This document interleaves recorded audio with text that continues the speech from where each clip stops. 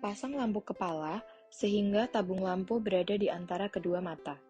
Letakkan telapak tangan kanan pada jarak 30 cm di depan mata kanan. Tutup mata kiri, proyeksi tabung harus tampak terletak medial dari proyeksi cahaya dan saling bersinggungan. Atur fokus cahaya agar diameter proyeksi cahaya kurang dari 1 cm. Pasien duduk di depan pemeriksa, lutut kiri pemeriksa berdempetan dengan lutut kiri pasien.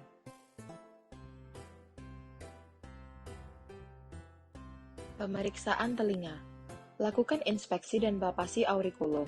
Inspeksi dengan melihat helix, antihelix, tragus, antitragus, crus helix, konka, dan lobulus. Melihat juga ausculus externus dan processus mastoideus. Palpasi aurikulum dengan cara tekan tragus ke dalam dan tarik aurikulum. Tekan processus mastoideus dan tanyakan adanya rasa nyeri atau tidak. Pemeriksaan inspeksi dan palpasi akan dilakukan pada telinga kontralateral. Cara memegang telinga. Pada telinga kanan, pegang aurikulum dengan jari 1 dan 3 tangan kiri, sedangkan jari 2 di depan tragus. Tarik aurikulum ke arah posterosuperior untuk meluruskan meatus acousticus externus sambil mendorong tragus ke depan dengan jari 2. Pada telinga kiri, pegang dengan jari 1 dan 2 tangan kiri, sedangkan jari 3 di depan tragus. Tarik aurikulum ke arah posterosuperior sambil mendorong tragus ke depan dengan jari 3. Pegang otoskop dengan tangan kanan. Pilih spekulum telinga yang sesuai dengan besar lumen meatus acousticus externus. Nyalakan lampu otoskop. Masukkan spekulum telinga pada meatus acousticus externus.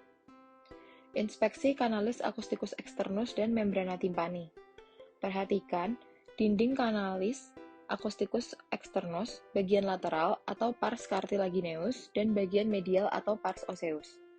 Perhatikan pada membrana timpani dari warna, posisi, struktur membran timpani, dan bagian-bagiannya. Terdapat pars flaccida, processus brevis, plica anterior, plica posterior, pars tensa, umbul, manubrium mellei, dan pantulan cahaya. Tes bisik. Syarat pemeriksaan, tempat harus dan tidak bergema. Jarak antara pasien dan pemeriksa 6 meter. Mata ditutup, lalu telinga pasien dihadapkan ke arah pemeriksa dan telinga yang tidak diperiksa ditutup dengan cara menekan tragus ke arah meatus acousticus externus.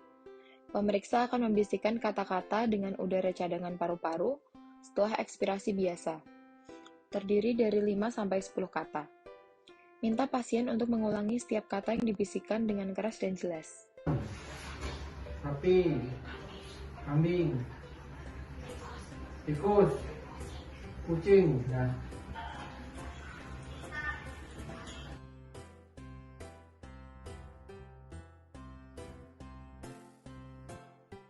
Pemeriksaan garpu tala. Tes Rine. Dengan tujuan untuk membandingkan air conduction dan bone conduction pada satu telinga pasien, dengan cara menggunakan garpu tala berfrekuensi 512 Hz. Letakkan tangkai penala tegak lurus pada plano mastoid dan minta pasien untuk mendengarkan bunyinya.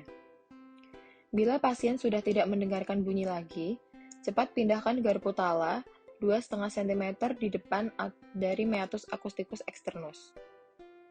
Bila pasien masih dapat mendengarkan garpu tala yang berada di depan meatus acousticus externus, maka disebut rine positif.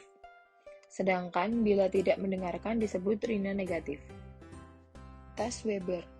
Tujuannya untuk membandingkan hantaran tulang antara kedua telinga pasien. Menggunakan garpu tala berfrekuensi 512 Hz dengan cara letakkan tangkai tegak lurus pada garis median di dahi dengan kedua kaki pelana horizontal. Tanyakan pada pasien telinga mana yang mendengar. Bila mendengar pada satu telinga, disebut lateralisasi di telinga sisi tersebut. Bila kedua telinga tidak mendengar atau mendengar sama kerasnya, disebut tidak ada lateralisasi.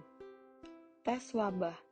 Tujuannya untuk membandingkan hantaran tulang antara pasien dengan pemeriksa. Menggunakan garpu tala berfrekuensi 512 Hz. Dengan cara, letakkan tangkai pelana tegak lurus pada plano mastoid pemeriksa sampai tidak terdengar bunyinya.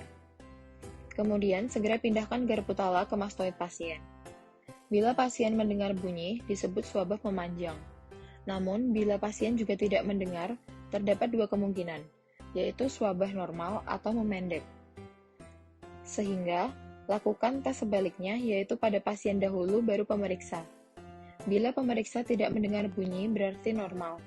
Namun, bila pemeriksa masih mendengar, berarti swabah pasien memendek, dan akan dilakukan pada telinga kontralateral.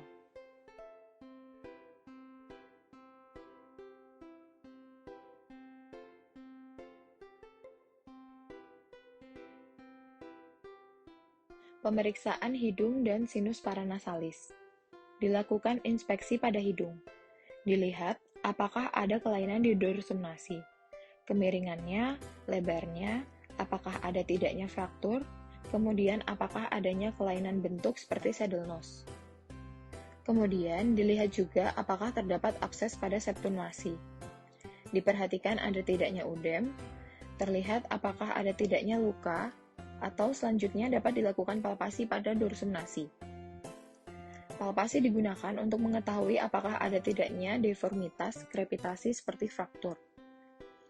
Kemudian pada ala nasi juga dipalpasi untuk mengetahui apakah ada tidaknya nyeri furunkel vestibulum nasi. Kemudian dilakukan palpasi pada regio frontalis dan fossa canina. Dan dilakukan penekanan optimal dan simetris dengan ibu jari.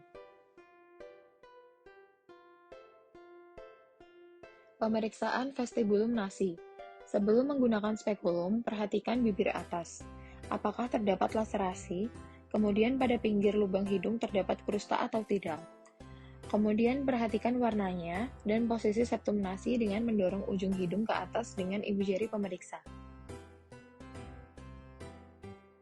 Cara memakai spekulum.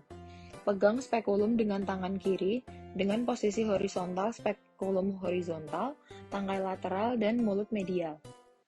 Masukkan mulut spekulum ke dalam keadaan tertutup ke dalam kafum nasi. Kemudian buka secara perlahan dan amati kafum nasi. Tempatkan tangan kanan pemeriksa pada puncak kepala pasien sehingga kepala dapat didongakkan dan digerakkan. Gerakan spekulum ke arah lateral, medial atas, dan bawah. Amati apakah ada tidaknya sekret, krusta, folliculus ragaden. Kemudian, bila sudah selesai dengan cara menutup spekulum 90%, lalu ditarik keluar. Pemeriksaan kafum nasi bagian atas. Arahkan cahaya lampu ke kafum nasi bagian atas, kepala bagian ditengadahkan. Perhatikan kaput konka media, meatus medius, septum bagian atas, dan visura olfaktoria. Pemeriksaan kafum nasi bagian bawah. Arahkan cahaya lampu ke kafum nasi sehingga sejajar dengan konka inferior. Perhatikan warna mukosa dan konka inferior, besar lumen kafum nasi, lantai kafum nasi, septum kafum nasi, dan meatus inferior. Pemeriksaan rinoskopi posterior. Pasien diminta tetap bernafas melalui hidung, tangan kanan pemeriksa memegang kaca nasofaring, tangan kiri pemeriksa memegang spatel lidah. Pasien diminta membuka mulut lebar-lebar dan pemeriksa menekan 2/3 dorsum lidah. Masukkan kaca nasofaring sampai terlihat di hidung bagian belakang. Amati bagian belakang dalam hidung. Pertama, amati septum bagian dalam, lalu perhatikan koana superior, media inferior, meatus superior dan media, torus tubarius, muara tuba eulogasius, dan fossa rasonular.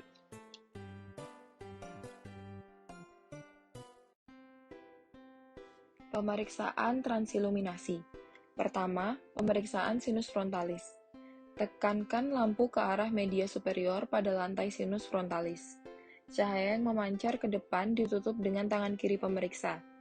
Pada keadaan normal akan tampak terang pada dinding depan di atas alis homolateral. Pemeriksaan sinus maksilaris dengan dua cara. Pertama, buka mulut pasien lebar-lebar. Tekankan lampu pada margo inferior orbital ke arah inferior. Cahaya yang memancar ke depan ditutup dengan tangan kiri. Pada keadaan normal akan tampak terang pada palatum durum homolateral.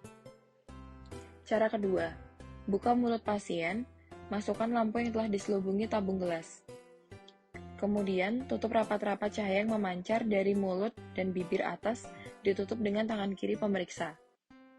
Pada keadaan normal akan tampak bayangan seperti bentuk bulan sabit pada dinding depan di bawah orbita.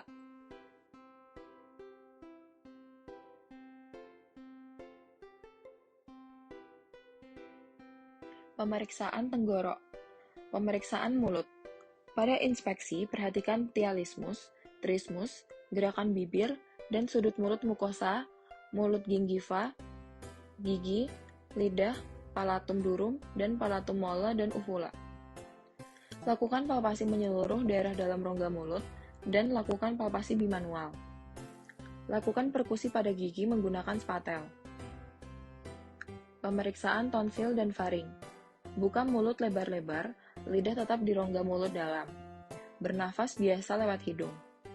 Tekan lidah dengan spatel di satu anterior dari tonsil sehingga kelihatan tutup bawah tonsil. Perhatikan besar dan keadaan permukaan tonsil serta keadaan faring.